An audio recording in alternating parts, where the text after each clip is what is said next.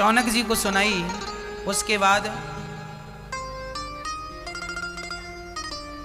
गौकर्ण जी ने धुंधकारी को सुनाई, फिर सनकादियों ने नारद जी को सुनाई, भक्ति महारानी को। ये कथा होती गई और उसके बाद यह कथा ये दास अनिरुद्ध परंपरागत वही भागवत ये दास अनिरुद्ध आप सभी को श्रवण कराने जा रहा है। सबसे पहली भागवत भगवान नारायण ने ब्रह्मा जी को सुनाई, ब्रह्मा जी ने अपने पुत्र नारद जी को सुनाई, नारद जी ने वेद व्यास जी को सुनाई, वेद व्यास जी ने सुखदेव जी को सुनाई, फिर सुखदेव जी ने संसार के किसी प्राणियों में पहला प्राणी परीक्षित को कथा श्रवण कराई। इस मृत्यु लोक में भागवत जी के सबसे प्रथम श्रोता थे श्री परीक्षित जी महाराज, जिन्होंने भागवत को संकल्पित सुना कि हमें 7 दिन में ही मुक्ति चाहिए। जिस व्यक्ति को 7 दिन में मरना हो उसे क्या करना चाहिए? 7 दिन की ही जिंदगी बची है, अब करें तो क्या करें? तब कहते हैं जिसे जल्दी मरना है, भाई देखो मौत तो हम सबके सिर पे मंडरा रही है, कब चले जाएं कोई नहीं जानता। इसलिए भगवान का ही चिंतन हम करते हुए अपने जीवन को आगे बढ़ाएं। भगवान कैसे हैं?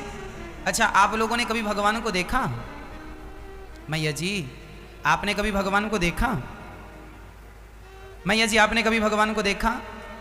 मैया जी, आपने कभी भगवान को देखा? बोलो हाँ या ना। आप बताओ, आपने भगवान को देखा?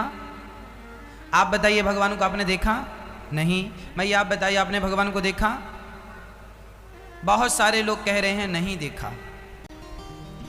अच्छा, आप लोग कह रहे हैं हमने भगवान को नहीं देखा, तो आज हम आपको भगवान का दर्शन करा दें? करा दें मैया जी? दर्शन करना चाहेंगे? अच्छा, देखिए हमारी बगल में बैठे हैं भगवान, ये देखिए, अच्छे से देखिए, बैठे ये भगवान। कौन है ये? कौन है ये? आपने बिहारी जी के दर्शन किया कि नहीं? अभी वृंदावन आए हो तो किया ना? तो बिहारी जी कौन है? कौन है बिहारी जी? भगवान। और आपसे पूछा जा रहा भगवान के दर्शन हुए? नहीं, हमने नहीं किया। तो बिहारी जी के दर्शन करने गए थे तो क्या देखा था? क्या देखा? इसका अर्थ यही हुआ कि आप लोग भगवान का दर्शन एक बार नहीं अनेक बार कर चुके हैं, लेकिन आप भगवान को भगवान मानने को ही तैयार नहीं है। यही तो विडंबना है। आप उसे पत्थर की मूर्ति समझे हैं। और याद रखना मेरी माँ, बिहारी जी कोई पत्थर की मूर्ति नहीं है, जगन्नाथ जी कोई लकड़ी के भगवान नहीं है, ये हमारे साक्षात भगवान है। इनमें कोई भेद कोई अंतर समझने की जरूरत नहीं है। प्रत्यक्ष ईश्वर हैं, ये प्रत्यक्ष भगवान हैं। अब रही बात आपके विश्वास की, यदि आप उन्हें पत्थर के रूप में देखते हैं तो वो सिर्फ एक पत्थर है, लेकिन आप उन्हें भगवान के रूप में देखते हैं तो वही भगवान है। मानो तो मैं गंगा माँ हूं, ना मानो तो बहता पानी। मानो तो ये गंगा है, नहीं तो पानी बह रहा है। ये सब विश्वास की चीजें हैं। ये कभी मत कहा करो कि हमने भगवान को नहीं देखा। ईश्वर यही है। ये जो मूर्ति है ना, अरे भगवान सबके पास नहीं आ सकते, पर भगवान मूर्ति के रूप में सबके पास हो सकते हैं। इसलिए ईश्वर ने ये सुविधा दे रखी है, हम इस रूप में तुम्हारे पास होंगे। प्रत्यक्ष रूप में ईश्वर हमारे साथ नहीं हो सकते, लेकिन इस रूप में ईश्वर हमारे साथ हो सकते हैं। ईश्वर प्रत्यक्ष भी हमारे अंदर आत्मा के रूप में है, लेकिन वो बड़ी गहन बातें हैं, गूढ़ बातें हैं। वह ज्ञान प्राप्त करने के लिए बहुत पापड़ बेलने पड़ सकते हैं आपको। इसलिए सामान्य भाषा यह है कि ये भगवान हैं। यदि इनको भगवान मान लिए तो उस भगवान तक पहुंचने में देर नहीं लगेगी। क्योंकि विडंबना तो यह है, हम लोग मंदिर जाते कई बार हैं। कहाँ जा रहे हो? मंदिर। किससे मिलने जा रहे हो? भगवान से। लेकिन मंदिर से मिलकर आए, किसी ने कहा भगवान मिले ना? साहब हमने तो भगवान को देखा ही नहीं। तो फिर मंदिर टाइम पास करने गए थे? काय के लिए गए थे? कौन है मंदिर में? कौन है मैया जी मंदिर में? तो आपने भगवान को देखा कि नहीं? हाँ, अभी आपका यही सिर ऐसे ऐसे हिल रहा था ना, इतने जल्दी आपका सिर ऐसे ऐसे होने लगा। ईश्वर को हमने देखा है, कई बार देखा है। कई बार भगवान आपकी मदद करने भी आए हैं, कई बार भगवान आपको रास्ता बताने भी आए हैं, लेकिन क्या करें, हमारी ये आंखें जो है ना पहचानती ही नहीं है ना। कई बार आपके जीवन में संकट आया तो उस संकट से उबारने के लिए कोई आया जो सही मार्ग बता के चला गया। कई बार आपके जीवन में बड़ा दर्द हुआ, शरीर बहुत दुखी हुआ, तब डॉक्टर के पास गए, कोई बढ़िया से डॉक्टर ने आपका इलाज कर दिया। ये डॉक्टर कौन था? वो रास्ता बताने वाला। जंगल में आप रास्ता भटक गए, अचानक कोई व्यक्ति आया, अरे फलानी दिशा में जाना है तो भैया यहाँ से चले जाओ। वो रास्ता बताने वाला कौन था? हर रूप में ईश्वर आएंगे तो कभी धनुष बाण लेकर और बांसुरी बजाते नहीं आएंगे मेरी माँ। भगवान हमारे और तुम्हारे रूप में ही आके हमारी तुम्हारी मदद कर जाते हैं। ईश्वर ही हम सबके रूप में है। हमें लगता है कि ये व्यक्ति है, पर वो व्यक्ति नहीं होता, व्यक्ति के रूप में ईश्वर होता है। हमें लगता है ये गुरु जी हैं, गुरु जी नहीं है, वह गुरु जी के रूप में भगवान ही हैं, जो हमें सही मार्ग बता रहे हैं। ईश्वर ही हमें इस रूप में स्वीकार कर रहे हैं। एक छोटा सा दृष्टांत मैं रामचरितमानस का देके यह विषय पूरा करूं। जब हनुमान जी लंका गए, माता सीता अशोक वाटिका पर रो रही थीं, राम राम कहते हुए। हनुमान जी अशोक वाटिका के उस वृक्ष पर, अशोक के वृक्ष पर चढ़े थे। अभी हनुमान जी की सिया से भेंट नहीं हुई, अभी पेड़ पर चढ़े हनुमान जी और सीता उदास बैठी हैं। उसी समय रावण वहां आ गया। सुंदरकांड का ये प्रसंग है, आप सब जानते हैं। जब रावण वहां आया तो रावण ने सीता से कहा, ए मेरी तरफ देख सीता, एक बार भी लोक मम ओरा, देख मुझे। सीता माँ ने नहीं देखा। रावण को गुस्सा आया, तलवार निकाल ली रावण ने। और पता है सुंदरकांड में लिखा है, रावण सीता को मारने के लिए आगे बढ़ गया और हनुमान जी ऊपर से देख रहे थे। हनुमान जी को लगा मैं कूद जाऊं और माता सीता की रक्षा कर लूं, लेकिन हनुमान जी कूदने ही वाले थे कि उसके पहले रावण की तलवार किसने पकड़ ली? किसने पकड़ी थी? किसने? मंदोदरी ने पकड़ ली। रावण को रोका किसने? मंदोदरी ने। मंदोदरी ने हाथ पकड़ लिया। हनुमान जी को लग रहा था कि मैं ना होता तो क्या होता। हनुमान जी को लग रहा था कि मैं ना होता तो क्या होता। लेकिन आज सीता की रक्षा हनुमान जी ने नहीं की, आज सीता की रक्षा किसने की? माता मंदोदरी ने की। भगवान अपना काम करा लेते हैं, चाहे तुमसे कराएं या हमसे कराएं। भगवान चाहे हनुमान जी से अपना काम कराएं, चाहे मंदोदरी से, भगवान तो अपना काम। सच्ची बात यह है कि ईश्वर अपना काम करा लेते हैं। कभी तुम्हें निमित्त बनाते हैं, कभी हमें निमित्त बनाते हैं। और हमें लगने लगता है हम कर रहे हैं, हम कर रहे हैं। तुम नहीं कर रहे हो, तुमसे कराया जा रहा है।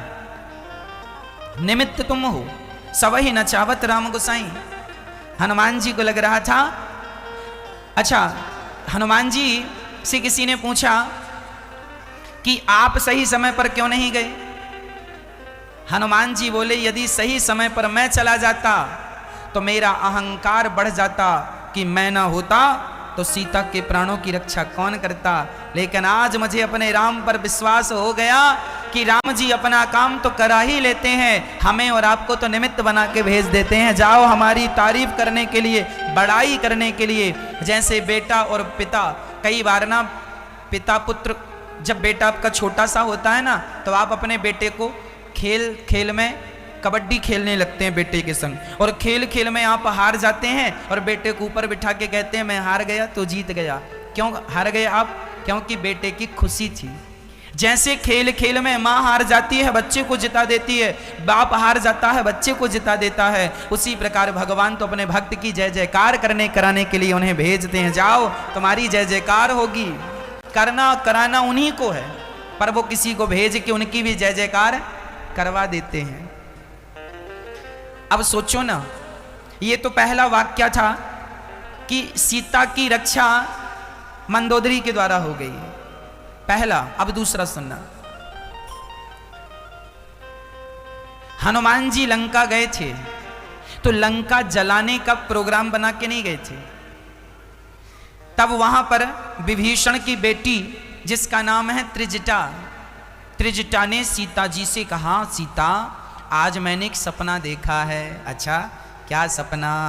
सपने बानर लंका जारी, जातु धान सेना सब मार। आज मैंने एक सपना देखा है। अच्छा क्या सपना है? आज मैंने सपने में देखा कि एक बंदर ने सारी लंका को जला दिया। हनुमान जी सुन रहे हैं अशोक वृक्ष से, अरे मेरा तो कोई प्रोग्राम नहीं है लंका जलाने का, शायद राम जी त्रिजटा से कहला रहे हैं हनुमान जी गए हो तो लगे हाथ फूक के ही आना। तो राम जी अपना काम किस किस से करा रहे हैं?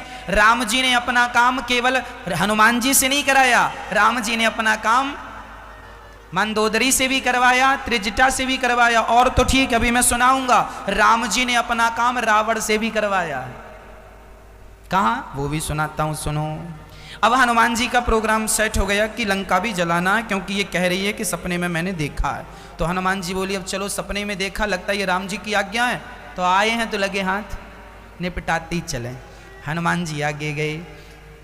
जब मेघनाथ हनुमान जी को पकड़कर रावण के सामने ले गया, तब रावण ने क्या किया? हनुमान जी को आज्ञा दी, अपने सैनिकों को आज्ञा दी, ऐ सैनिकों ये बंदर को मार दो। हनुमान जी बोले अब तो हम गए। तभी राम जी ने विभीषण खड़े हो गए वहां लंका में। ए विभीषण, नीति विरोध है न हमारे दूता। रावण से विभीषण जी कह रहे हैं, सुनो रावण, नीति कहती है कि दुश्मन के दूत को कभी मारना नहीं चाहिए, इसे मारो मत। कपि के ममता पूंछ पर, एक काम करो से कोई और दंड दे दो। देखो रावण हनुमान जी को मारने अपने सैनिकों को भेजा, तब राम जी ने विभीषण के मुंह से क्या कहवा दिया कि मारो मत कोई और। ये किसकी माया थी? ये कौन रच रहा है लीला? ये लंका में हनुमान जी की रक्षा हो रही है, कौन कर रहा है? राम जी कर रहे हैं। विभीषण ने कह दिया मत मारो, चलिए।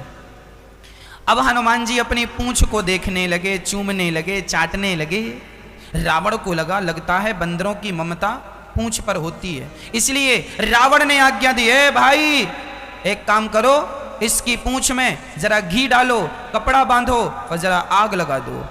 अब हनुमान जी समझ गए, वाह प्रभु, सारी व्यवस्था तो आपने ही कर दी, अब मैं कहां माचिस ढूंढता फिरता, मैं कहां कपड़ा और तेल ढूंढता फिरता। आपने अपना काम तो रावण के हाथ से करा दिया। रावण कह रहा है इसकी पूंछ में आग लगाओ। जब तू आग लगाएगा तो फिर हम भी देखेंगे। तो राम जी ने अपना काम रावण से भी करवा लिया कि नहीं? पहले ही घोषणा हो गई थी कि लंका जलाना है। अब लंका जलाना तो था, पर लंका जलाने की कोई सामग्री नहीं थी ना, कैसे लंका में आग लगाए? आग तो होनी चाहिए। तो रावण ने आग की व्यवस्था करवाई कि नहीं? करवाई ना।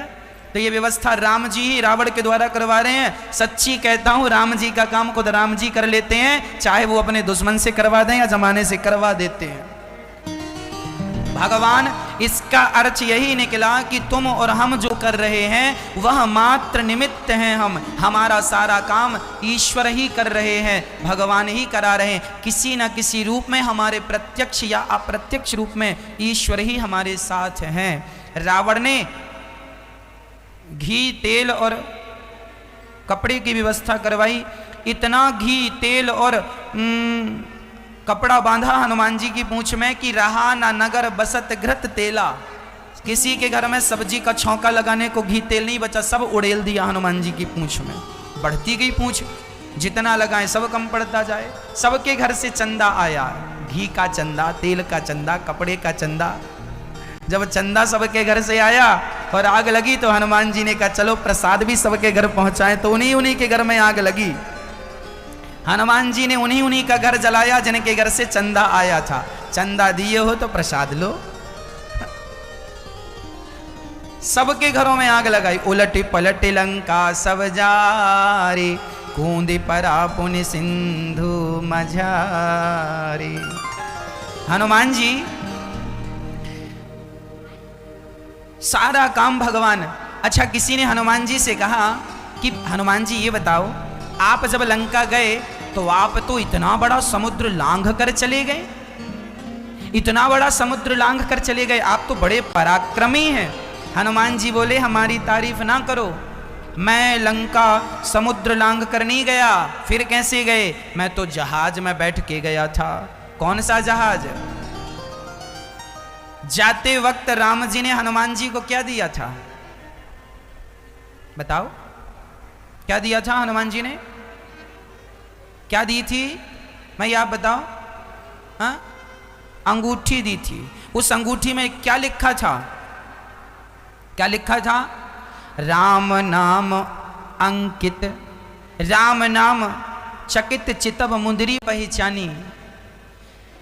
उस अंगूठी में राम नाम लिखा था। हनुमान जी जब समुद्र को पार करके गए तो हनुमान जी ने अपने बल से समुद्र को पार नहीं किया। गोस्वामी जी लिख रहे हैं, प्रभु मुद्रिका मेली मुख माही, जलधि लांघ गए अचरज नाही। जिस नाम के बल पर हनुमान जी समुद्र को छलांग लगा के लांघ गए, हनुमान जी जब लांघ गए तो लांघ नहीं गए, वो राम नाम की जो मुद्रिका थी वही जहाज बन गई और हनुमान जी उसके बल पर पार हो गए। देखने में लगता है हनुमान जी लांघ गए, लेकिन ना, हनुमान जी लांघे तो उस राम नाम के बल पर लांघे। अच्छा चलो, जाते समय तो हनुमान जी को अंगूठी मिल गई, जहाज में चले गए, पर आते वक्त तो कूद के आए कि नहीं? आते वक्त क्या मिला? सीता जी ने आते वक्त क्या दिया था हनुमान जी को? क्या दिया था? चूड़ामणि उतारे तब दयाऊं, हरस समेत पवन सुत लयाऊं। हनुमान जी ने कहा, मां तू मोहि दीजे कछु चीन्हा, जैसे रघुनायक मोहि दीन्हा। आप हमें निशानी दीजिए, वह निशानी जैसे राम जी ने दिया।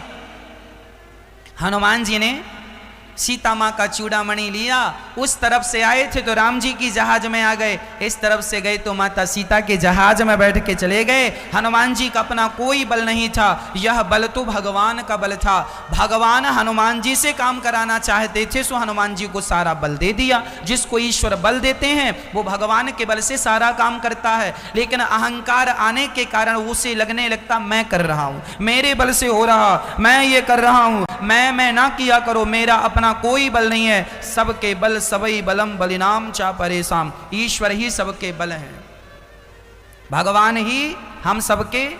और हमें लगता है हम ऐसे, हमने ये कर दिया, हमने, कई लोग तो बड़ी डींगे मारते हैं, हमने ये कर दिया साहब, हम ना होते तो ये ना होता, हम ना होते, अरे साहब तुम ना होते तो भी ये होता।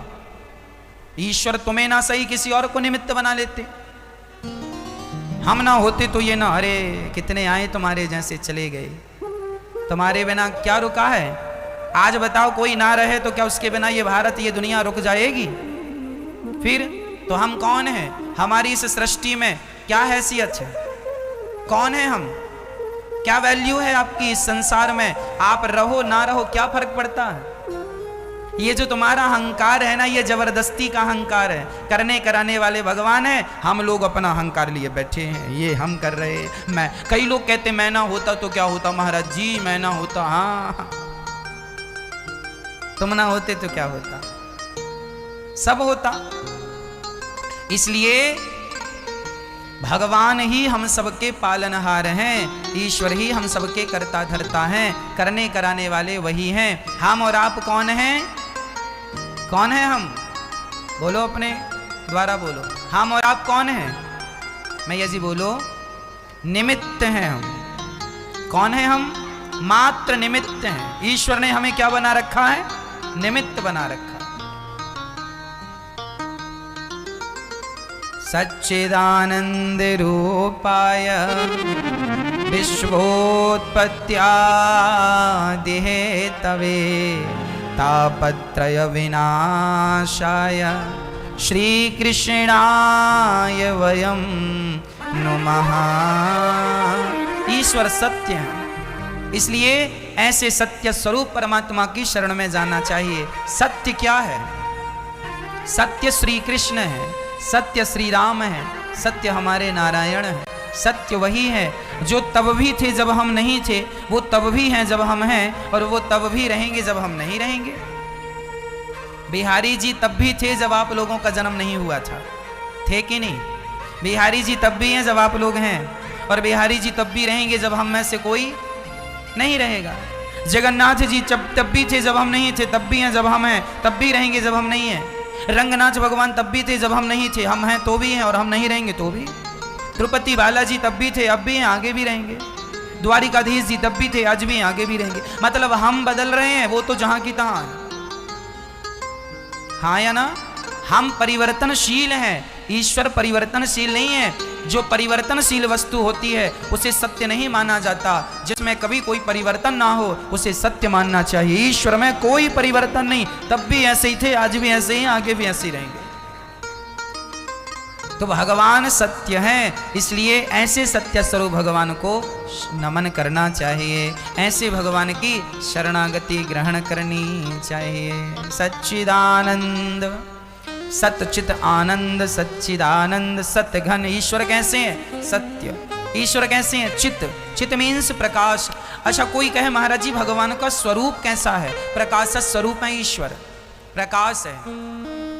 एक दिन हम एक पुराण में पढ़ रहे थे, तो उसमें लिखा था कि ये जो सूर्य भगवान का प्रकाश है, ये जो प्रकाश है यही ईश्वर का स्वरूप है। ईश्वर कैसे होते हैं? बोले प्रकाश स्वरूप। ये प्रकाश जो है, चाहे दिया का प्रकाश, चाहे सूर्य का प्रकाश, चाहे बिजली लाइट का प्रकाश, ये प्रकाश स्वरूप ईश्वर ही प्रकाशित हो रहा है। वही है स्वराट, वही है प्रकाशित। तो चित ईश्वर हम सबके भीतर प्रकाश स्वरूप है। अच्छा, आपके अंदर प्रकाश है या नहीं है? हाँ या ना? है, सबके भीतर होता है। अच्छा, आपकी आंखें देखने का काम करती हैं। यदि लाइट ना हो, सूर्य का प्रकाश ना हो, तो बताओ आपकी आंखों में कुछ दिखता है? दिखता है? हाँ या ना में जवाब दो। आपको जब कोई प्रकाश ना हो तो कुछ दिखता है? नहीं, नहीं दिखता। हमें दिखता है। पूछो क्या दिखता है? अरे कुछ दिखे ना दिखे, अंधकार तो दिख रहा है। क्या दिख रहा है? अंधकार। इसका अर्थ है हमें वस्तु नजर ना आए, पर रात्रि को अंधकार ही सही पर दिखाई तो पड़ता है। चलो इससे आगे की बात करते हैं। आप लोग जरा अपनी आंख बंद करो और आंख बंद करके अपनी नाक को स्पर्श करो।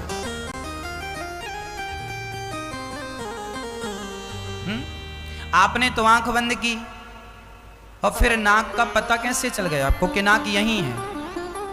आपका हाथ सीधे नाक में गया, छाती में भी तो जा सकता था, पेट में भी तो जा सकता। मतलब इस हाथ को पता है, इसको आंख की जरूरत नहीं है।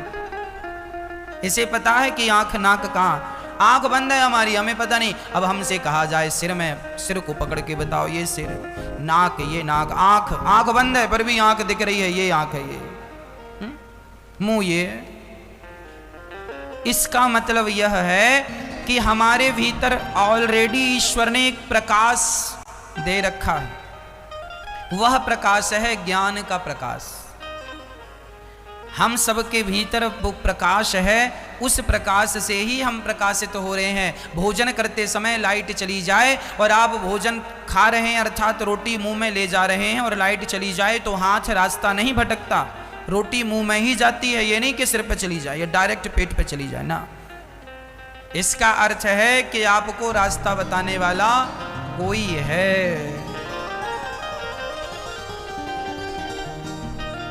कौन है वो जो आपको रास्ता बताता है? आपको रास्ता बताने वाला आपका अपना विवेक है। आपके भीतर ईश्वर है। ईश्वर ना होते, वो आत्मा ना होती, वो प्रकाश ना होता, वो एनर्जी ना होती तो फिर आपके अंदर ये ज्ञान कैसे होता कि आंख यहां है, कान यहां है, नाक यहां है। मच्छर यदि हाथ में बैठा है तो दूसरा हाथ वहीं जाएगा।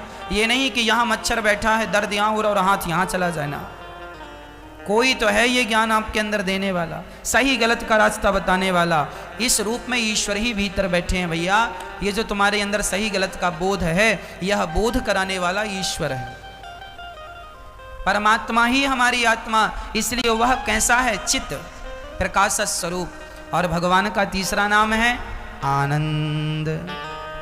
ईश्वर आनंद स्वरूप है। इसलिए जब भी आपको आनंद आए, समझ लेना ईश्वर आ रहे हैं। आप लोगों को आनंद आता है किस चीज में? खाने में, सोने में, संसार के तुच्छ से भोगों में। किसी को किसी में आनंद है, किसी को किसी में सुख है, सबका अपना अपना सुख है। लेकिन ये याद रखो कि संसार का कोई भी सुख आप ले लो, वह सुख क्षणिक सुख है, थोड़ी देर का है, ज्यादा देर नहीं चलता वो सुख, बहुत थोड़ी देर के लिए ही होता। रसगुल्ला तब तक ही सुख देते हैं जब तक पेट में भूख हो। पेट भर जाए फिर रसगुल्ला खाओ, सुख नहीं मिलेगा आपको। अरे भाई बस करो, बस, अरे एक और खाओ ना साहब, अब खाएंगे तो जितने अंदर सब बाहर आ जाएंगे, अब नहीं। इसका मतलब रसगुल्ले में भी सुख, रबड़ी कितनी खाओगे? जब तक भूख है तब तक अच्छी लगती है, पेट भरा रबड़ी भी अच्छी नहीं लगती। संसार का कोई भी सुख उठा के देखो, थोड़ी देर का, क्षणिक है। परंतु कथा का सुख देखो, 3-3.5 घंटे आप लोग एक जगह बैठ के भगवान की कथा सुनते हैं। आज तक 3.5 घंटे तक आपको रेगुलर कंटिन्यू कोई भी सुख नहीं मिला। केवल कथा का ही सुख ऐसा है जो 3.5 घंटे एक जाई मिलता, नॉन स्टॉप सुख मिल रहा, आपको आनंद मिल रहा, सुख मिल रहा है। यह जो सुख है, यह संसार में ढूंढ लो, कहीं मिलने वाला नहीं। क्यों नहीं मिलता? है ही नहीं। अब जो है ही नहीं, आप उसे ढूंढ रहे हैं। इसलिए सुख कहाँ है?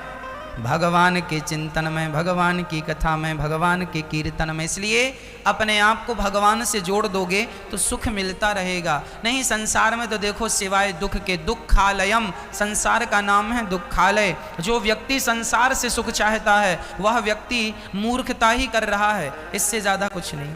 जो है नहीं वो क्या मिलेगा? हाँ, है ही नहीं। तो भगवान आनंद के सागर हैं। एक गुरुजी से एक चेले ने कहा, गुरुजी हमें भगवान से मिलाओ। गुरुजी बोले, कल आ जाना सवेरे 10 बजे। चेला बढ़िया तैयार होके आया, गुरुजी मिलाओ भगवान से। गुरुजी ने कहा, यह झोला पैक किया है मैंने, चल। चेले ने झोला सिर पे रखा, चल पड़ा। चलते चलते 1 किलोमीटर चला, 2 किलोमीटर चला, 3 किलोमीटर चला, थक गया। गुरुजी अभी और कितना चलना है? गुरुजी ने कहा, बेटा ये जो पहाड़ दिख रहा है ना आगे, ये पहाड़ के उस तरफ चलना है, पूरा पहाड़ चढ़ना है फिर उतरना। अब वो बोला, गुरुजी आपके झोले में क्या भरा है? मैं चल तो सकता हूं पर ये झोले का वजन बड़ा कष्ट दे रहा है, थका देता है ना। गुरुजी क्या है इसमें? गुरुजी ने कहा, बेटा कोई काम की चीजें नहीं भरी, सब फिजूल भर रखा हमने, सारा कचरा भर रखा है। अरे गुरुजी तो कचरा ढोने की जरूरत क्या है? तो गुरुजी ने कहा, तू क्या चाहता है? गुरुजी इसमें जो भरा है यदि मतलब का ना हो तो मैं इसे फेंक दूं। गुरुजी ने कहा, तेरी मर्जी, तू लेके चल रहा है, तुझे फेंकना है फेंक दे, और लेके चलना है तो लेके चल। ना गुरुजी मैं थक गया हूं, अब लेके चला नहीं जाएगा। वो पूरा सामान जो व्यर्थ का भरा था, उसने पूरा सामान फेंक दिया। और जब फेंका तो अंगड़ाई लेता हुआ बोला, गुरुजी आनंद आ गया। गुरुजी बोले, बेटा मिल गए भगवान, चल वापिस। अरे गुरुजी कहां भगवान? गुरुजी ने कहा, अभी तुझे क्या आया? आनंद आया। तो इसके पहले आनंद क्यों नहीं आया? बोले, मेरे सिर पर यह झोला रखा था व्यर्थ का, इसलिए आनंद नहीं आया। जब मैंने इसे फेंका अपने आप आनंद आ गया।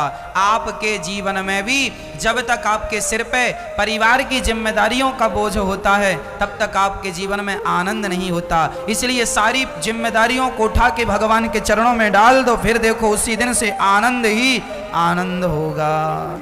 आप लोग भी आनंदित नहीं रहते, आप लोग भी सुखी नहीं रहते। कारण क्या है? कारण सिर्फ इतना है कि आप लोग जबरदस्ती बोझा सिर पे लिए चल रहे हैं। आपने बोझा लिया है कि नहीं? काहे का बोझा? जिम्मेदारियों का बोझा। जैसे गधा ढोता रहता है ना, ऐसे हम लोग ढोते रहते हैं। अच्छा, आप लोगों की कंधे में बोझा है कि नहीं? इसलिए बोझा अपने कंधे में ना रखो। फिर कहां रखे महाराज? सब कुछ उठा के भगवान के चरणों में रख दो। जब भगवान के चरणों में रख दोगे तो फिर भगवान अपनी जिम्मेदारी से चलाएंगे। तुम जबरदस्ती क्यों अपने सिर पे रखे हो? भगवान तो एक उंगली से गोवर्धन को उठा लेते हैं। यदि पहाड़ को उठा सकते हैं तो क्या तुम्हारी छोटी सी जिम्मेदारी का पहाड़ भगवान नहीं उठा सकते? भगवान कहते हैं तुम दो अपना परिवार हमें, अर्थात तुम सब टेंशन हमें दे दो और तुम निश्चिंत हो जाओ। निश्चिंत होके अपना व्यापार करो, अपना बिजनेस करो, अपना कारोबार करो, परिवार का पालन करो। जिम्मेदारियां हम उठा लेंगे। तुम केवल अपना कर्तव्य करते रहो। कर्मण्यवादी का रस्ते कर्म करते रहो, बाकी टेंशन मत लो। आप लोग टेंशन ले लेते महाराज जी, अब क्या होगा, अब क्या होगा, अब क्या होगा। अब वही होगा, हुई है सोए जो राम रचि राखा, को करि तर्क बढ़ावहि सा। अब क्या होगा? आप लोग यही तो सोचते हैं, अब क्या होगा, अब नुकसान हो गया महाराज जी, अब लॉकडाउन लग गया महाराज जी, नुकसान हो, अब क्या होगा। अरे भाई थोड़ा सा धैर्य रखो, सब अच्छा होगा। बिहारी जी सब अच्छा करेंगे, सब अच्छा होगा। आज आप यदि पहले आप यदि लाख रुपए कमाते थे तो आप अब 2 लाख रुपए कमाएंगे। बस धैर्य रखिएगा, मेहनत जारी रखिएगा, ईश्वर पर विश्वास और अपनी मेहनत, आपकी मेहनत और आपका ईश्वर के प्रति विश्वास, ये 2 चीजें आपको सफल बनाती हैं। यदि विश्वास डगमगाया तो मेहनत कितनी भी कर लो व्यक्ति सफल नहीं होता, पर मेहनत के साथ यदि भगवान के चरणों में विश्वास है तो कहते हैं कुछ काम मेहनत करती है, कुछ काम कृपा कर देती है। कृपा क्या है?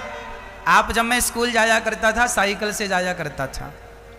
10 किलोमीटर दूर गांव से स्कूल था, 9 किलोमीटर, तो वहाँ हम साइकिल से जाते थे। तो आपने भी कई बार साइकिल चलाई होगी तो आपको पता होगा। कई बार हम साइकिल चलाते हैं ना तो हवा सामने से आती है, और जब हवा सामने से आती है ना तो साइकिल में कितना भी पैडल मारो बढ़ती ही नहीं, स्लो चलती है, कम चलती है। 4 पैडल मारोगे तो 1 पैडल की साइकिल आगे बढ़ेगी, क्योंकि हवा सामने से है। और कई बार हवा पीछे से होती है, और पीछे से होती है ना तो 1 पैडल मारो साइकिल भागती जाती, मजा आता चलाने में, खूब तेज चलती है, ऐसा लगता कार चला रहे हैं।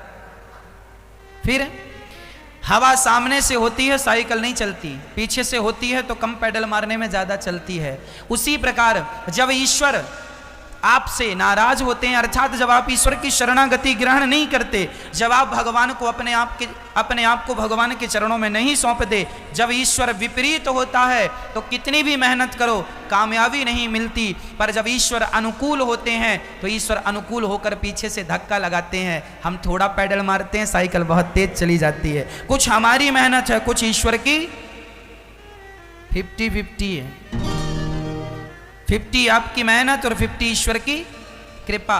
इसलिए कहा करता हूं कि भगवान कहते हैं, अर्जुन ने जब गांडीव रख दिया महाभारत में, मैं नहीं करूंगा, युद्ध नहीं करूंगा। क्यों नहीं करेगा? ये हमारे रिश्तेदार हैं, इन पर हम बाण चलाएं क्या? इनको मार देना पाप लगेगा हमें। अपने रिश्तेदारों के, अपने गुरु जी के, पितामह जी के, अपने भाइयों के रक्त से हम सिंहासन को रंगना नहीं चाहते। भगवान ने कहा पागलों की तरह बातें ना किया, पागलों की तरह बातें ना करो अर्जुन। फिर क्या सही बात है? तब भगवान ने कहा तू रणभूमि में खड़ा है और तू क्षत्रिय है, और क्षत्रिय का कर्म होता है युद्ध करना। युद्ध कर, ये मत देख के तेरे रिश्तेदार हैं, तेरा बाण चलाना ही तेरा धर्म है। युद्ध क्षत्रिय का धर्म है, युद्ध करना। चला अपना बाण, और ये ना सोच के इन्हें तू मारेगा, तू नहीं भी मारेगा तो भी इनकी मौत आ गई है, ये मरेंगे इसी समय। तू ना सही, भगवान तो भगवान है, अभी तुझे निमित्त बना रहे हैं, तू ना सही किसी और को निमित्त बना देंगे। इसलिए तुम अपना कर्म करो, ईश्वर अपना काम करेंगे। अर्जुन ने सिर्फ बाण चलाए थे भक्तों, और जो बाण अर्जुन ने चलाए ना, वो तो आगे जाके गिर जाते थे। उन बाणों को शक्ति प्रदान करने का काम भगवान श्री कृष्ण का सुदर्शन किया करता था। ये काम सुदर्शन चक्र का था। सारा महाभारत भगवान कृष्ण ने लड़ा और जीता, पर भगवान ने ना हाथ लगाया ना पांव लगाए और महाभारत जीत गए। अर्जुन को निमित्त बना दिया। तू अपना कर्म कर, तू कर्म करता रहेगा, मैं सपोर्ट करता रहूंगा। भगवान भी उन्हीं का सपोर्ट करते हैं जो व्यक्ति अपना कर्म ईमानदारी से करता है। आप अपनी मेहनत करो, ईश्वर आपका सपोर्ट करेंगे। अब कर्म आप ना करो तो ईश्वर की कृपा पर नहीं होगी। इसलिए भगवान की कृपा होती है पर उन्हीं पर होती है जो अपना कर्म करते हैं। इसलिए कर्म करते हुए अपने आप को भगवान के चरणों में समर्पित कर दो। जो भगवान के हो गए हैं, अर्जुन भगवान के हो गए तो भगवान ने अर्जुन के पक्ष से युद्ध किया। दुर्योधन भगवान का नहीं हो सका, इसलिए तो भगवान दुर्योधन के पक्ष से युद्ध नहीं किए थे। अब आप कहेंगे देखो भगवान की नजर में तो अर्जुन और दुर्योधन दोनों एक ही हैं, क्योंकि भगवान तो त्वमेव माता च पिता, भगवान तो सबके माता पिता हैं। भगवान थोड़ी पक्षपाती होते हैं, लेकिन भगवान पक्षपाती नहीं होते। पर यह भी सत्य है कि भगवान अपने भक्तों का पक्ष लेते हैं। जो दुर्योधन भगवान को मारने के लिए खड़ा हो गया था, जब भगवान शांति दूत बन के गए कि महाभारत ना हो, इसके लिए पांडवों को 5 गांव दे दो, तो दुर्योधन भगवान को बंदी बनाने को खड़ा हो गया, मैं तुम्हें बंदी बनाऊंगा। और अर्जुन सदा अपने आप को भगवान के चरणों में डाल दिया करते थे। तो जो भगवान के चरणों में समर्पित है, ईश्वर सदा उन्हीं के साथ खड़े होंगे। और जो भगवान से विरोध रखते हैं, भक्ति करते नहीं, भगवान उनके पक्ष में खड़े होकर क्या करेंगे। इसलिए मैं आपसे कहता हूं कि आप यदि भगवान के चरणों में अपनी शरणागति कर देते हैं, तो जैसे अर्जुन का पक्ष भगवान ने लिया, आपका पक्ष भी भगवान जरूर लेंगे, आपका पक्ष भी भगवान जरूर रखेंगे। कब? जब आप उनके हो जाएंगे। और क्या रखा है जमाने में, है ना, क्या रखा है जमाने की रिश्तेदारी में। हम तो भगवान से रिश्तेदारी रखें। क्या रखा है ऐसी रिश्तेदारी में, क्या रखा है ऐसी रिश्तेदारी में। हमें रख लेना मेरे श्याम तेरी दरबारी में। हमें भगवान की दरबारी मिल जाए, हम भगवान के हो जाएं और भगवान हमारे रिश्तेदार हो जाएं। इसके लिए समर्पण कर दीजिए। और जमाने की रिश्तेदारों के पीछे ना घूमा करो। ये रिश्तेदारी, ये इतने सारे, इतनी बाजार काहे तुमने बना रखी है। ये फौज किसी काम की नहीं है जो तुमने बना रखी है। दुनिया में ये इतनी फौज बढ़ाने की जरूरत नहीं। ये भी मेरा रिश्तेदार, ये भी क्या करोगे इतना। अरे भगवान से रिश्तेदारी हो गई, वो रिझ गए तो दुनिया को रिझाने की जरूरत नहीं है। और सारी दुनिया को रिझा लो और वो ना रिझे तो सबको रिझा के भी क्या करोगे। इसलिए दोनों हाथ उठाओ और कहो कि मेरे रिश्तेदार तो केवल श्री कृष्ण हैं। बोले हमारे मामा के भांजे के बुआ के नाती के विवाह में हमें नहीं बुलाया, इसलिए रो रहे हैं। कुछ लोग इतने दूर की रिश्तेदारियां रखते हैं।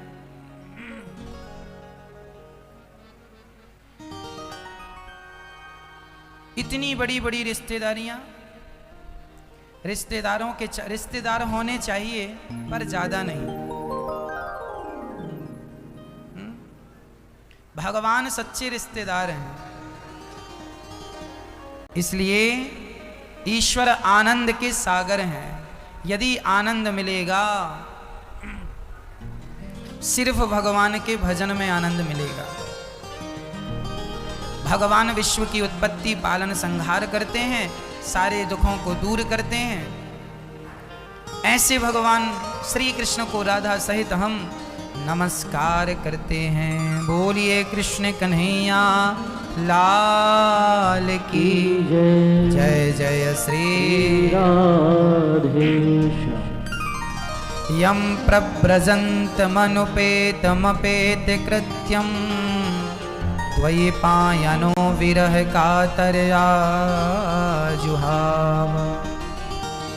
पुत्रेति तन्मयतया तर्वोऽभिनेदुस् तं सर्वभूतहृदयं मुनिमान्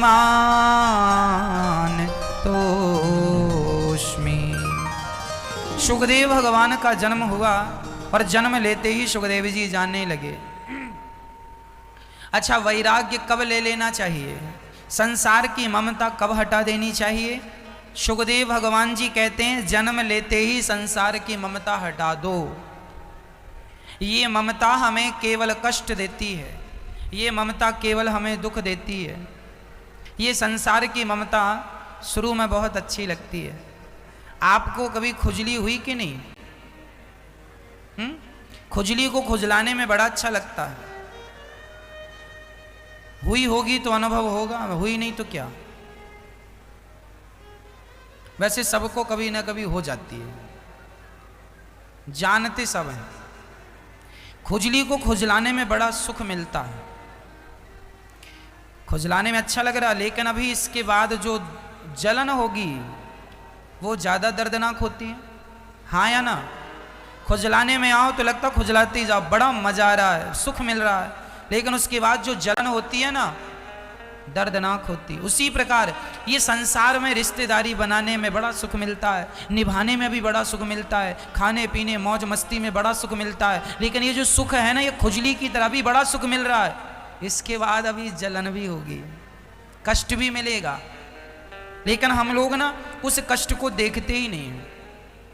हमें तो सुख में ही माया ने उलझा रखा है, इसलिए ये भगवान की माया है। देखो, आप लोगों को मैं एक बात पते की कह दूं, आप लोग उलझा ना करो संसार में।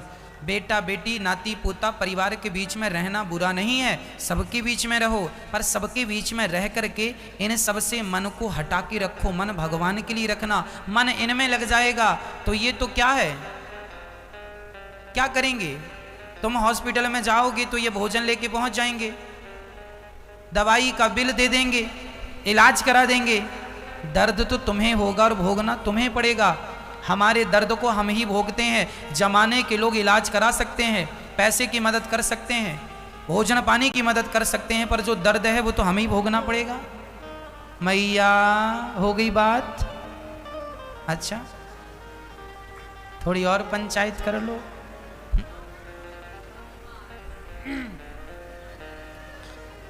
अभी हम कह रहे थे क्या रखा है ऐसी रिश्तेदारी में, और वहां रिश्तेदारों को फोन चालू हो गया। चलो अच्छा है। अर्थ यही हुआ कि संसार में रहकर भी संसार में ना रहो, ऐसा भाव होना चाहिए। सबके बीच में रहकर भी सबके बीच से परे रहो, कमल के पुष्प की तरह। पानी में रहता हुआ, कीचड़ में रहता हुआ वो कीचड़ से अलग है, सब में रहता हुआ व्यक्ति सबसे अलग हो, यही संसार में रहना है। सुखदेव जी का जन्म हुआ, जाने लगे। अपने नरे को, जब बच्चा जन्म लेता तो नरा माँ से टच होता है, नरे को अपने कंधे पे लटका कर चल पड़े। पिताजी ने कहा बेटा नरा भेदन संस्कार तो हो जाने दे। सुखदेव जी बोले पिताजी हमें जरा जल्दी है, हम संसार में रहना नहीं चाहते, भगवान की माया बड़ी प्रबल है, जरा थोड़े दिन रह जाओ ना।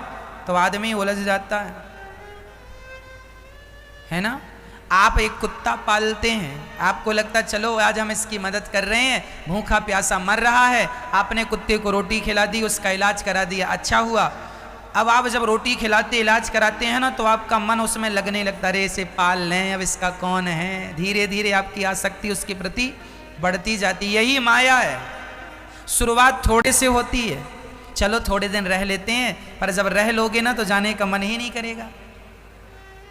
चलो, एक सज्जन बोले महाराज जी हम तो बस विवाह करेंगे, विवाह करके विवाह की जिम्मेदारी पूरी करके भजन करेंगे।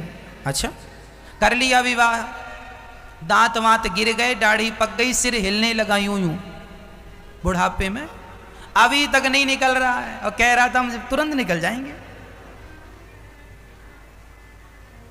बेटे हो गए, बेटों के बेटे हो गए, अभी उसके बेटे के बेटे की तैयारी है, और ये अभी तक कह के आए थे जल्दी निकल जाएंगे अभी तक फंसे पड़े हैं। एक बार आदमी उलझ जाए तो फिर उलझता ही चला जाता है। ये भगवान की माया मकड़ी के जाल जैसी है, जो एक बार फंसता। इसलिए कहता हूँ आप लोग समझदार हैं, जो फंसे हैं उन्हें फंसे रहने दीजिए। आप तो सबके बीच में रहिए, आप शादी करिए, विवाह करिए, आपका बेटा है बेटी है, सबके बीच में रहिए, सबकी जिम्मेदारियां निभाते हुए भगवान को ना भूलिए। बस इतना याद रखिए, वह एक कृष्ण याद है तो सब बढ़िया, और वो भूल गया और सब याद हैं तो सबको याद करके भी हम करेंगे क्या? ये सब हमारे काम के नहीं है, ये सब यहीं तक के संगी साथी हैं, यहाँ से आगे के संगी साथी भगवान हैं। इसलिए उनसे नाता जोड़ो, इनसे ये मतलब के लोग नहीं हैं। इसलिए सुखदेव भगवान का जन्म हुआ, जन्म लेते ही निकल गए। पिताजी रोक रहे हैं, पुत्रे तन्मयतया, रुको बेटा रुको। ना, नहीं रुकेंगे। कहाँ जा रहे हो? सन्यास। जंगल में चले गए। तब कुछ वृक्षों ने सुखदेव व्यास जी से कहा, वाह आप पुत्र मोह में इतने आसक्त हैं, हमारे बच्चे फलों को तो लोग ले जाते हैं, पर आप अपने पुत्र के मोह में इतने आसक्त हो गए, छोड़ने को तैयार नहीं है। सुखदेव भगवान अपने पिता की आसक्ति देखकर उन्होंने एक दृष्टांत दे दिया, पिताजी एक बात कह दें आपसे? हाँ हाँ बेटा कहो। सुनो, एक रानी थी, वो रानी रोज किसी ना किसी पुरुष को अपने पास बुलाती थी, क्योंकि वो रानी चरित्र की अच्छी नहीं थी, रोज किसी पुरुष को बुलाती थी। एक दिन रानी ने अपने सेनापति को इशारा किया, सेनापति वहां था, रानी ने कहा आओ। सेनापति ने देखा रानी जो हैं बुला रही होंगी कोई काम के लिए, गए सेनापति, जी महारानी जी बैठो, बिठाया। अब रानी तो अपना भाव प्रकट करने लगी सेनापति से। अब सेनापति उस रानी के सामने कुछ कह ना पाया, तभी दासी ने संकेत दिया, महारानी जी राजा साहब आपके कक्ष में आ रहे हैं। अब तो सेनापति घबराया, रानी भी घबराई कि मेरे कमरे में ये सेनापति है, अभी राजा हम दोनों को मृत्यु दंड देंगे या देश निकाला देंगे। तो रानी डर गई और रानी ने डर के कारण सेनापति को पीछे के दरवाजे से भगाया, चलो यहाँ से जाओ। कहाँ से? पीछे के दरवाजे। अच्छा, वो पीछे का दरवाजा जाके ऐसी जगह, अच्छा पुराने ज़माने में ना राजा महाराजाओं के कुछ गुप्त द्वार हुआ करते थे, जिन द्वारों से आप जाएं तो वो 2-4 किलोमीटर दूर खुलते थे, अंदर ही अंदर वो गुप्त द्वार से पठाया। अच्छा, वो व्यक्ति जहां जाके निकला वहां पर मलमूत्र का गड्ढा था, दलदल, सारे शहर का गंदा जल वहां इकट्ठा होता था, दलदल था। वो वहां से दरवाजे से निकला, बहुत दिनों से दरवाजा बंद था, दलदल इकट्ठा हो गया। जैसे ही बाहर गया उस दरवाजे में, वह दलदल में सेनापति फंस गया,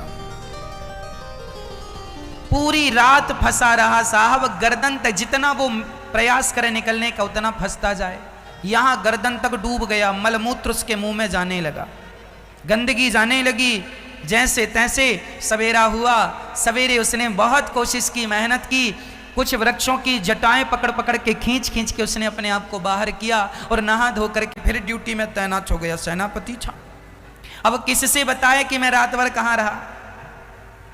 अच्छा, फिर वो ड्यूटी पर वहीं खड़ा हुआ तो दूसरे दिन फिर रानी ने उसे कहा, आओ, कल आए थे पर कल तुम बीच में भाग गए, आज आओ। अब रानी फिर बुला रही है, आओ। अब बताओ सेनापति जी जाएं कि ना जाएं? कल गए थे, रात कहां गुजारनी पड़ी? मलमूत्र के गड्ढे में। सेनापति जी ने वहीं से रानी जी को इशारा किया, ना कल आए थे, रात कहां गुजारनी पड़ी वहां, आज बस उठक बिठक लगा रहे, आज ना बुलाओ। सुखदेव भगवान ने व्यास जी को यह कथा सुनाई। व्यास जी ने कहा इसका तात्पर्य क्या हुआ? तब सुखदेव भगवान ने इसका अर्थ किया, सुनिए पिताजी, जैसे वह सेनापति एक रात मलमूत्र के गड्ढे में रहा तो उसकी अकल ठिकाने लग गई, अब वह दोबारा उस गड्ढे में जाने की कोशिश नहीं करेगा, अब वह ऐसी गलती नहीं करेगा कि फिर उसे रात गड्ढे में गुजारनी पड़े। पिताजी, वो सेनापति एक रात गड्ढे में गुजारा तो उसकी अकल ठिकाने लग गई और वो सुधर गया, लेकिन हम ऐसे लोग हैं कि 9-9 महीने उस गड्ढे में गुजार के आते हैं, लेकिन हम सुधरने का नाम नहीं लेते। वो गड्ढा क्या है? माँ का गर्भ। माँ के गर्भ में कौन से मखमल के गद्दे बिछे हैं? कौन सी व्यवस्था है? एसी लगी है? अरे माँ के गर्भ में आदमी उल्टा लटकता है और हम सब उल्टे लटके थे माँ के पेट में, माँ के पेट में क्या है? मल और मूत्र भरा पड़ा है। कई बार डॉक्टर कहता बच्चे के पेट में पानी चला गया। पानी क्या है? मूत्र चला जाता है, मल चला जाता, गंदगी चली जाती है। हम सब उस गर्भ में 9 माह गुजार के जैसे तैसे आए। इतना कष्ट भगवान से प्रार्थना की, प्रभु बाहर करो इस गर्भ से। भगवान ने कहा मैंने कितनी बार बाहर किया, तो फिर अंदर आ जाता है। कर्म ही ऐसे करता है। सुखदेव जी बोले मैं 12 वर्ष मां के गर्भ में रहा हूं, अब उस गर्भ में आना नहीं चाहता, इसलिए जा रहा हूं भजन करने के लिए। वो स्त्री बुला रही थी, रानी आओ। ये रानी कौन है? ये माया है। हम लोग जन्म लेते हैं, जरा होश आता है, संभलते हैं, तो हमें संसार का सुख अपनी ओर खींचता है, आओ हमारी तरफ। पत्नी अपनी ओर खींचती है, बेटा अपनी तरफ खींचता। बेटे का मोह, बेटे की मोह ममता, पत्नी की मोह ममता, पति की मोह ममता, पैसों की मोह ममता, काम धाम की मोह ममता, पद प्रतिष्ठा की मोह ममता, ये सब रानी वही रानी है जो बुलाती आओ आओ आओ, और हम चले जाते हैं और फिर उसी गड्ढे में चले जाते हैं। उस गड्ढे में जाने के लिए फिर मजबूर हो जाते हैं। कौन सा गड्ढा? मां के गर्भ का गड्ढा। यही वो गड्ढा है जहां व्यक्ति 9 माह रहता है, बड़ा कष्ट पाता है, फिर भी ऐसे कर्म करता है। इसलिए कहता हूं आप ऐसे कर्म ना करो कि उस गड्ढे में जाना पड़े। ये जन्म और मृत्यु का पहिया चल रहा है। ये मौत, जन्म, मृत्यु, पुनरपि जननम पुनरपि मरणम पुनरपि जननी जठरे शयनम।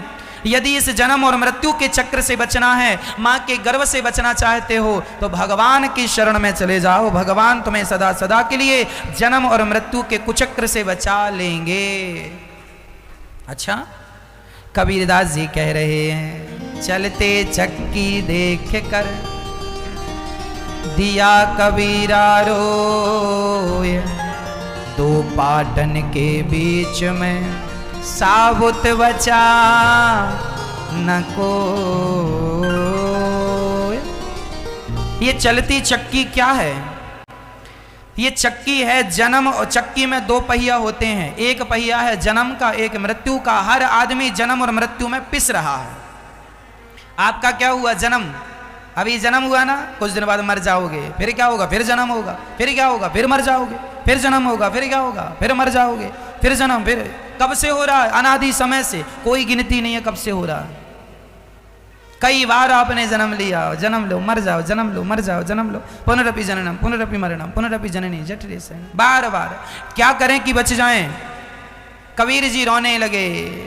चलती चक्की देख कर दिया कबीरा रोय। कबीर जी रो रहे हैं। कबीर जी को रोता देखकर, कबीर जी का एक बेटा था, नाम था कमाल। कबीर जी के बेटे का नाम, कबीर जी जुलाहे थे, कमाल बेटे का नाम था। इनकी बेटी का नाम था कमाली, कमाल कमाली।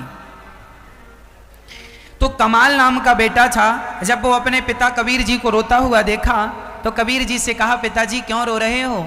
बोले बेटा चलती चक्की देख कर दिया कबीरा रोए, 2 पाटन के बीच में साबुत बचा। तुम भी और हम भी कोई साबुत बचने वाला नहीं है। तब कमाल ने कहा कबीरदास जी से पिताजी मत रोइए, एक उपाय है मेरे पास। क्या?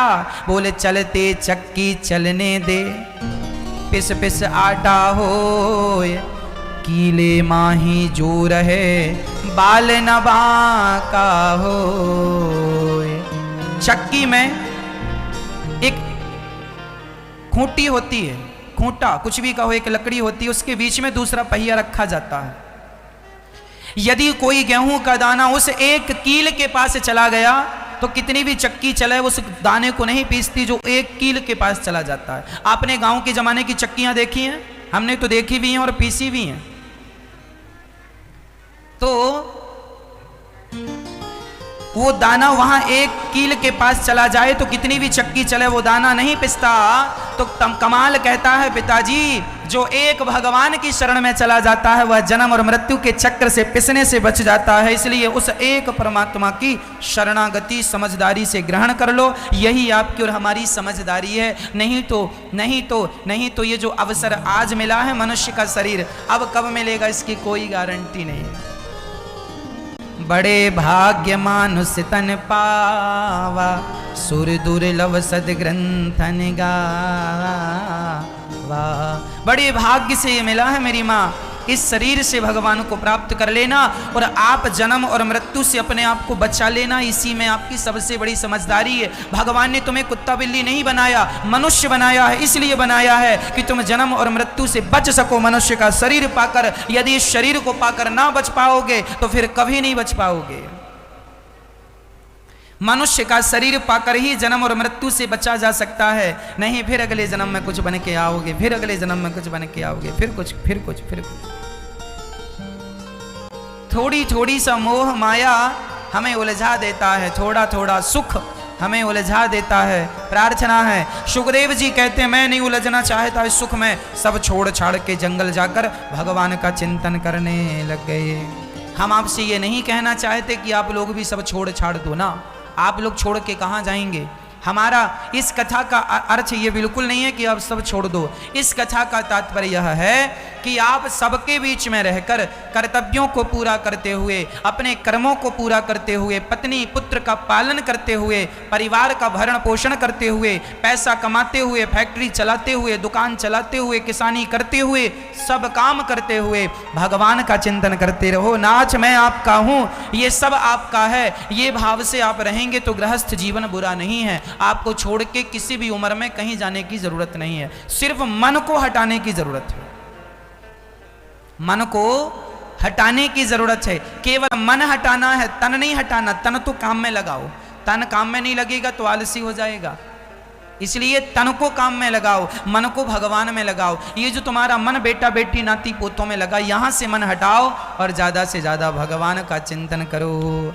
ऐसे सुखदेव भगवान को नमस्कार करते हैं। व्यास जी ने फिर उन्हें बुलाया है और भागवत जी का पठन पाठन कराया है। तब सुखदेव जी ने राजा परीक्षित को भागवत सुनाई। अब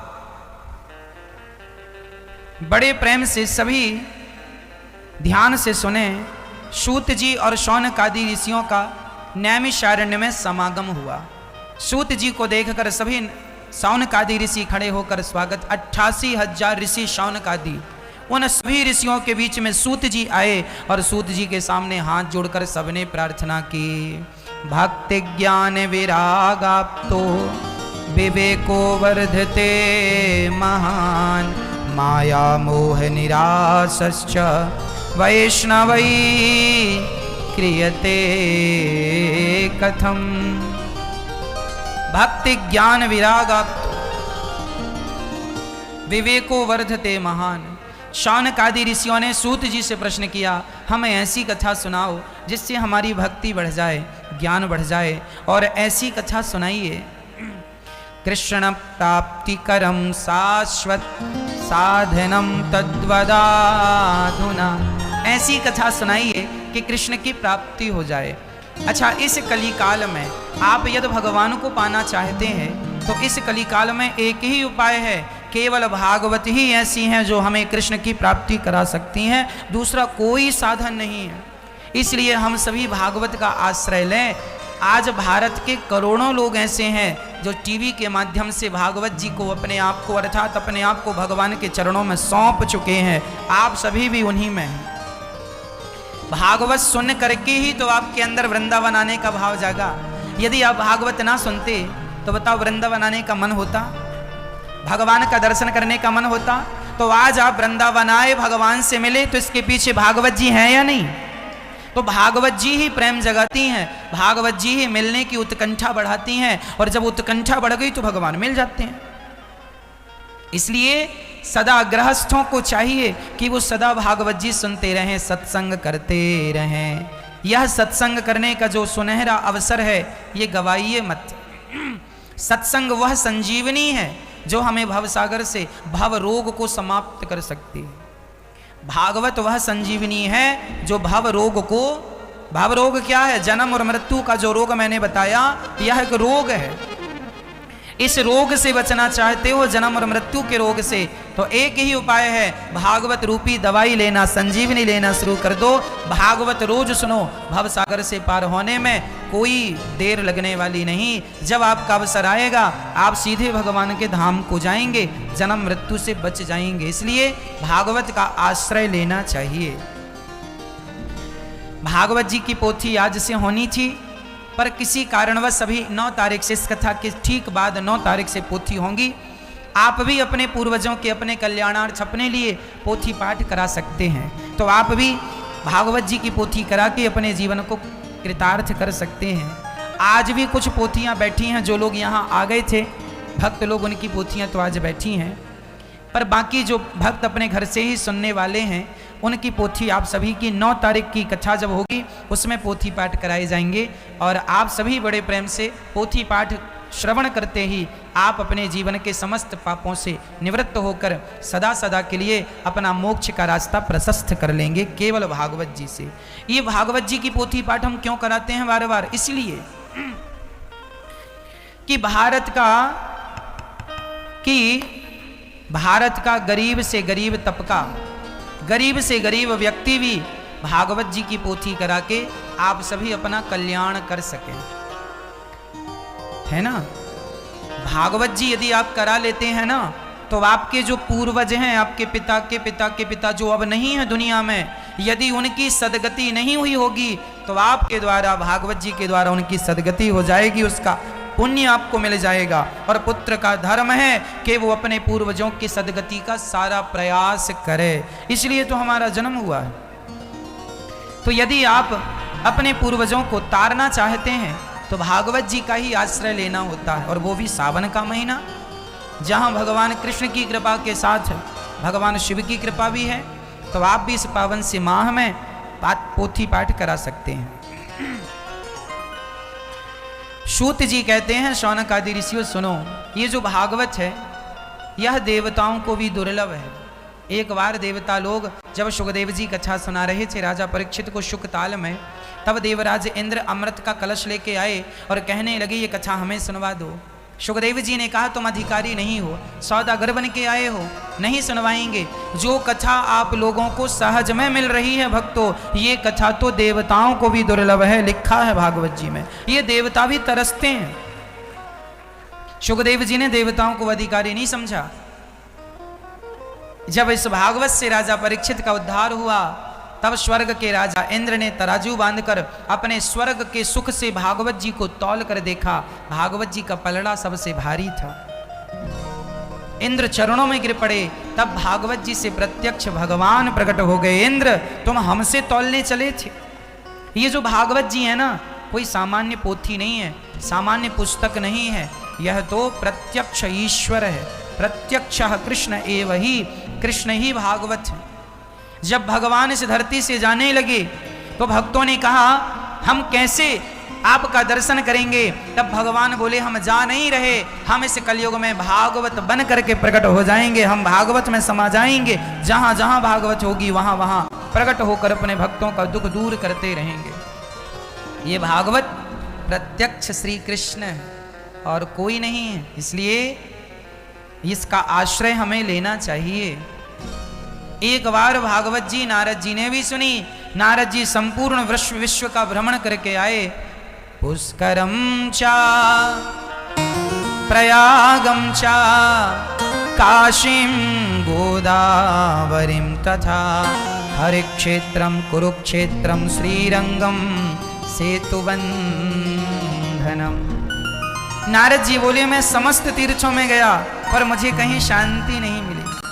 शांति के लिए मैं गृहस्थों के घर गया, यहां भी शांति नहीं। गृहस्थों के घर तू मैं चल रही है, पति पत्नी का झगड़ा, सास बहू का झगड़ा, देवरानी जेठानी। नारद जी बोले शांति, ना तो तीर्थों में शांति रह गई, ना तो गृहस्थों में शांति रह गई। शांति है आपके जीवन में? हाँ, शांति नहीं है, झगड़ा है। क्यों झगड़ा है? क्योंकि आपको बोलना ज्यादा है। झगड़ा समाप्त हो सकता है, एक उपाय है।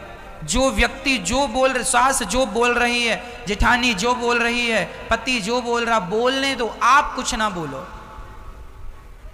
आप कुछ ना बोलो।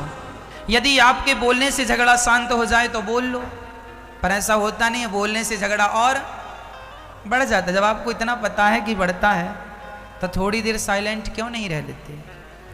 इतने सारे व्रत करते हो आप लोग मैया जी, सोमवार का, बुधवार का, गुरुवार का, एकादशी का, फलाना ये वो, इन व्रतों में एक व्रत कम कर लो और मौन व्रत चालू कर दो। कौन सा व्रत? मौन। ज्यादा बोलने से काम बिगड़ जाता है। 3 तोतले थे, उनकी शादी नहीं हो रही थी। शादी इसलिए नहीं हो रही थी कि जहां से लड़की वाले आए तो ये बोल दें। अब बोल दें तो लड़की वालों को लगा लड़के तो तोतले हैं।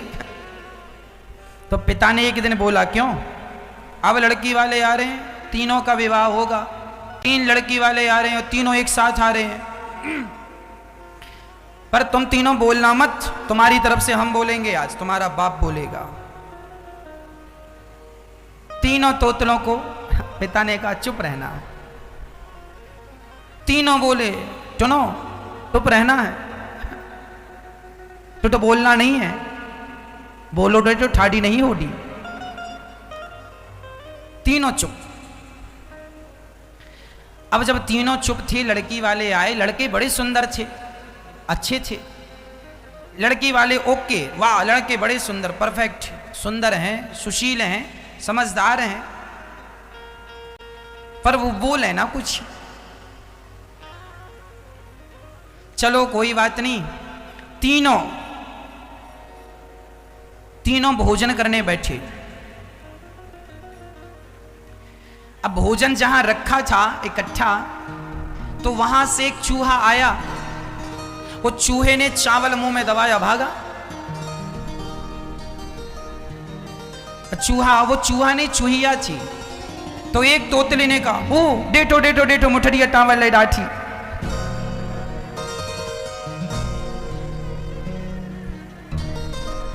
दूसरे ने कहा, नारे डाडा टाटा।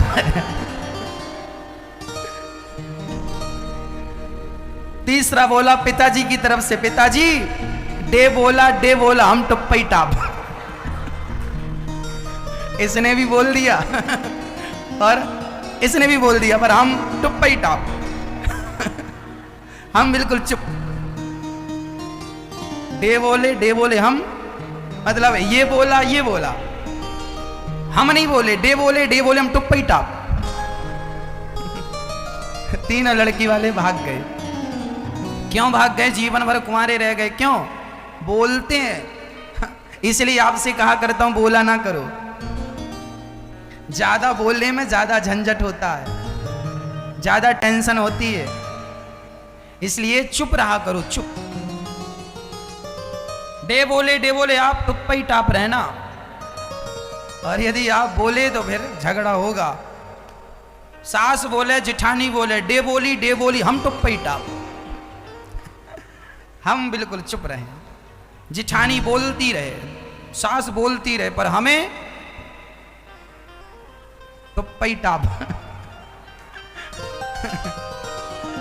श्री भागवत जी का यह प्रसंग हमें आपको याद रखना चाहिए कि कम बोलने से झगड़े कम होते हैं। नारद जी कहते हैं, आज कहीं शांति नहीं है गृहस्थों के घर में। क्यों? क्योंकि तरुणी प्रभुता गे श्याल को बुद्धिदायक कन्या विक्रियणे लोभात दंपत्ति नाम चकल कनम। बड़ी विडंबना है। आज घर में किसकी चलती है? तरुणी प्रभुता गेहे। आज घर में नई नई बहुओं की चलती है। सासू माँ की कोई पूछ नहीं। मैया आपकी पूछ है कि नहीं? घर में कोई पूछ नहीं। लो, आज सारा झगड़ा ये सब पूछ का है। इसलिए हनुमान जी ने अपनी पूछ में आग लगवा दी। ये सारी झगड़ों की जड़ ये पूछ है। सारी झगड़ों की जड़ क्या है? क्या है? पूछ। हमें पूछा नहीं। सास कहती है बहू ने पूछा नहीं, बहू कहती है सास ने नहीं पूछा, फलाने ने हमें पूछा नहीं। आज जितने भी झगड़े हैं पूछ के कारण है, हमें पूछा नहीं। इसलिए आप जितना जल्दी हो सके अपनी पूछ में आग लगवा दो। ना रहेगा बांस, ना रहेगी, ना बजेगी। सारी विवादों की जड़ ये पूछ है। इसलिए हनुमान जी लंका गए तो अपनी पूछ में आग लगवा ही ली। इसलिए पूछ में आग लगवा ली ताकि हनुमान जी को कोई ये ना हनुमान जी की पूंछ बढ़ जाती ना, हनुमान जी ने ऐसा किया, इसलिए हनुमान जी पूंछ में आग लगवा के आए कि मेरी अपनी कोई पूंछ नहीं है, राम जी की पूंछ से मेरी पूंछ है, मेरी अपनी कोई पूंछ नहीं है, मेरी पूंछ नहीं है, राम जी की पूंछ से मेरी पूंछ है, राम जी से मेरी पूंछ है, बाकी मेरी अपनी पर्सनल कोई पूंछ। और आप लोग अपनी पूंछ लिए घूमते रहते, हमारी पूंछ, हमें नहीं पूछा, हमें तो पूछो। सारा झगड़ा ये पूंछ का है। तो आप लोग आग लगवाएंगे कि तेल वेल हम ही इकट्ठा करके दें? हाँ मैया जी, सास लोग ना बुढ़ापे में ये गाना ज्यादा गाती हैं, हमारी बहू तो हमें पूछती नहीं, हमारा बिल्कुल नहीं पूछती, बेटा भी नहीं पूछता। अरे भाई, अब मैया जी आप बूढ़ी हो गई हो, अब अपनी पूंछ में आग लगवा लो, जितने जल्दी हो सके पूंछ को समाप्त करो, अर्थात अहंकार को समाप्त करो, और जैसी भी रोटी मिल जाए प्यार से या कैसी भी अपना पेट भर के समय भगवान को दो, भगवान के भजन में समय खर्च करो। अब कोई पूछ रहा है, नहीं पूछ रहा है, समय बहुत कम बचा है आपके लिए, गई बहुत थोड़ी रही नारायण अवचेत, काल चिरैया चुग रही निस दिन आयु खेत, बहुत चली गई थोड़ी बची है, अब पूछा पाछी में समय ना गवाओ। कोई सम्मान करे अपमान करे, ना सम्मान में उलझो ना अपमान में उलझो, अब भगवान का चिंतन करने में समय लगाओ, इससे तुम्हारा कल्याण है। कोई अब बुढ़ापे में तुम्हारा सम्मान कर भी दे तो तुम्हें मिलेगा क्या? क्या मिलने वाला? चलो तुम्हारे बुढ़ापे में कोई तुम्हें सम्मान दे, अच्छा है कि बच्चों को माँ बाप का सम्मान करना चाहिए, अच्छी बात है कि बच्चों को बहुओं को माँ बाप का सम्मान करना चाहिए, पर सम्मान ना मिले तो कोई बात नहीं, सम्मान की चाहत भी नहीं रखनी चाहिए। अब तो तुम्हें नमक रोटी मिल जाए वो खा के भगवान में मन लगाओ, बस ज्यादा माथा पच्ची करने का अब समय बचा नहीं है। सारी जवानी तुमने सम्मान ही तो पाया और सम्मान के लिए ही तो रोया है आपने, इसलिए अब ये उम्र रोने के लिए नहीं बची, रोने का समय गया, अब तो समय भगवान को समर्पित करो। तुम्हारा बुढ़ापा आ गया है, बाल पक गए हैं, शरीर जर्जर हो चुका है, भगवान के चरणों की तरफ बढ़ो। अब सबसे धीरे धीरे मन को हटाओ, इसी से कल्याण है, नहीं तो बहुत बड़ा नुकसान हो जाएगा। आप जो खो रहे हैं ना मैया, आपको पता नहीं कि आप क्या खो रहे हैं। बताइए इस दुनिया में सबसे कीमती क्या है? बताओ, इस सृष्टि में सबसे कीमती क्या है? आप सब बताओ, क्या है? क्या है सबसे कीमती? समय। सबसे कीमती है समय, और आप क्या खो रहे हैं, क्या गवा रहे हैं? समय। तो आप सबसे ज्यादा नुकसान कर रहे हैं समय। महाभारत जब स्टार्ट होता था ना दूरदर्शन चैनल DD1 में पुराने जमाने में, तब उसमें गोल चक्र चलता था। अभी लॉकडाउन में भी महाभारत आया, उसमें देखा होगा महाभारत शुरू होने के पहले एक गोल सर्कल चलता है और एक आवाज आती है। कैसी आवाज? मैं समय हूं, मैं किसी के रोके नहीं रुकता। मैं क्या हूं? समय हूं, मुझे कोई पकड़ नहीं सकता, मुझे कोई रोक नहीं सकता। तुम्हारा बुढ़ापा आएगा, तुम्हें बुढ़ा किसने बना दिया? समय ने। तुम्हें धनवान किसने बनाया? समय ने। तुम्हें निर्धन किसने बनाया? समय ने। तुम्हारी होंठों पे मुस्कान किसने दी? समय ने। तुम्हारी आंखों में आंसू किसने दिए? समय ने। अरे समय ही है। एक समय वो था जब आप दौड़ जाते थे, जवान थे, दौड़ जाते थे, और एक समय आपका है कि एक कदम चलने में भी शरीर थर थर कांपता है बुढ़ापे में। वो भी आपका ही समय था और ये भी आपका ही समय है। जवानी थी, सीढ़ियों को पल भर में चढ़ जाते थे, दौड़ जाते थे, काम कर लेते थे। अब बुढ़ापे में 4 कदम नहीं चला जा रहा है। एक वो समय था जब शरीर में इतनी शक्ति थी कि आप नदी पार कर जाते थे, छलांग लगा लेते थे बड़ी बड़ी। अब ये समय आपका देखो, वो भी आपका समय था, ये भी आपका समय। पहले 10-10 रोटियां पचा लेते थे दिन में, अब तो साहब 2 रोटी नहीं पच रही हैं। वो भी तुम्हारा ही समय था, ये भी तुम्हारा ही समय है।